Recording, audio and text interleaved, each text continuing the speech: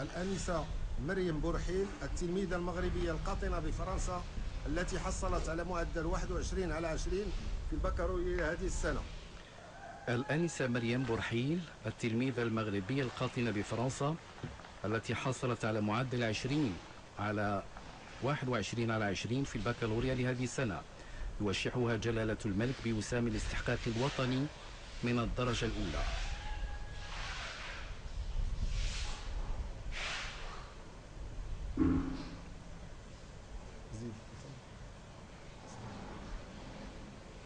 كما يتقدم للسلام على صاحب الجلالة نصره الله أبوها السيد محمد بورحيل وأمها السيدة نادية الطلحاوي.